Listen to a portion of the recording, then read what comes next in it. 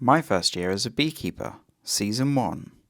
Today is the 19th of March and it's our first episode of 2023. It is also the final episode of the season. Today we'll be checking in on the hive to see if they've survived winter. How do we tell if they've survived, I hear you ask?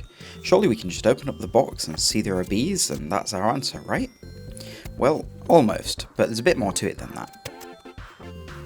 But before I explain it, let's open up this hive and see what's happening. We can see there are definitely bees inside, so that's one good thing. If you remember what we said about winter bees in episode 17, you'll know that they live quite a while. These could just be the bees from late 2022.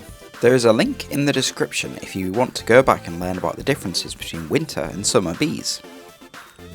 Anyway, back to the inspection. The main thing we want to do is go through this hive, check how much honey stores they have, or if they need feeding. See if we can find the queen or any signs of her. Get an idea of how much brood they have, and then at that point if we don't find the queen and there aren't any eggs, then we could have an issue with the hive. There is of course the chance that we just couldn't find the queen, maybe her spot rubbed off over winter. As we flick through the first few frames, we can see there are quite a lot of bees. They're definitely doing a good job at eating through these stores, but they do still have a lot of that winter ivy honey left. It's important that the hive has plenty of food, as it's at this point in the year when colonies starve. This is because February and March is the time of year when they begin to rear brood in preparation for the spring. Brood rearing requires a lot of energy, and if the bees do not have enough food to sustain themselves or their brood, they may be at risk of starvation. This is particularly true for the colonies that are growing rapidly, as they require more food to support their increasing numbers.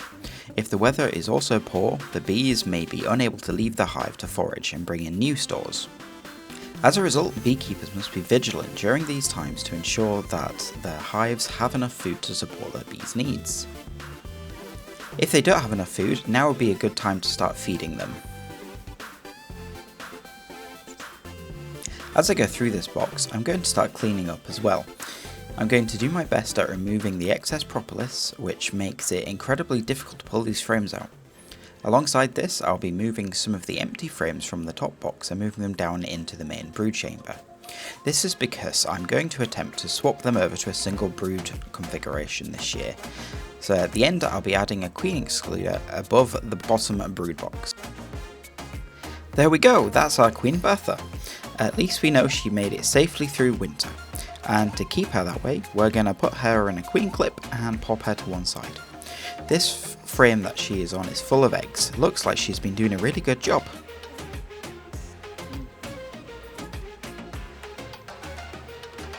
After this, I'll move down the empty frames from the top box, finish up cleaning, and that'll be it for this inspection.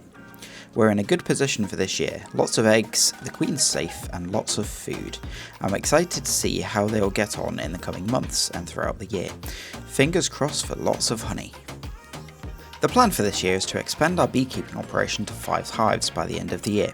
If you want to see more beekeeping content and see how we do in our expansion throughout the years, please make sure to subscribe.